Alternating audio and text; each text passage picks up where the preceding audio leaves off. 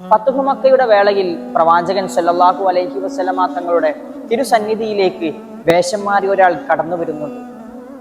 സർവാഡംബര വിഭൂഷിതരായ മുസ്ലിം സൈന്യം തങ്ങളെ കൊന്നുകളയുമെന്ന പൂർണ്ണ വിശ്വാസത്തോടെ അദ്ദേഹം ചോദിക്കുന്നുണ്ട്, ശത്രുക്കളെ നിങ്ങൾ എന്തു ചെയ്യും?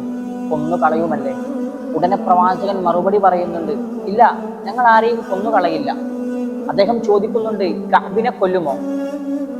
ഇല്ല, കഅബിനെയും കൊല്ലില്ല. ചോദ്യകർത്താവ് ഇത് ആവർത്തിച്ചു കൊണ്ടിരിക്കുമ്പോഴും പ്രവാചകൻ ഇതുതന്നെയാണ് മറുപടി പറഞ്ഞുകൊണ്ടിരിക്കുന്നത്.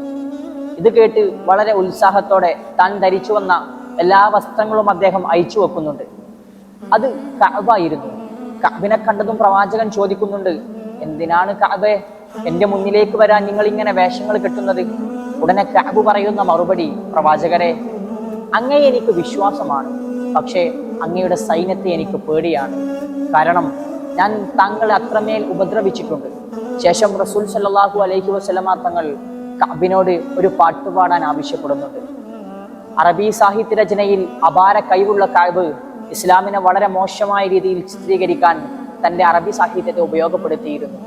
പ്രവാചക താല്പര്യപ്രകാരം തന്റെ നഷ്ടപ്രണയിനിയെക്കുറിച്ച് കഅബ് ബാനസുആദ പാടി. പ്രവാചകൻ വളരെ മനോഹരമായി അതിനെ കേട്ടു. പാടിത്തീരും വരെ പ്രവാചകൻ അതിനെ കേട്ടുകൊണ്ടേയിരുന്നു. ഉടനെ തന്റെ തോളിലുണ്ടായിരുന്ന ഷോളൂരി പ്രവാചകൻ കഅബിന് സമ്മാനമായി കൊടുത്തു. എത്ര മനോഹരമായിട്ടാണല്ലേ തന്നെ അത്രമേൽ നോവിച്ച ശത്രുവിനെ പ്രവാചകൻ സല്ലല്ലാഹു അലൈഹി വസല്ലമ തങ്ങൾ വാക്കിനേക്കാൾ ഉച്ചത്തിൽ ജീവിച്ച് സംസാരിച്ചത്.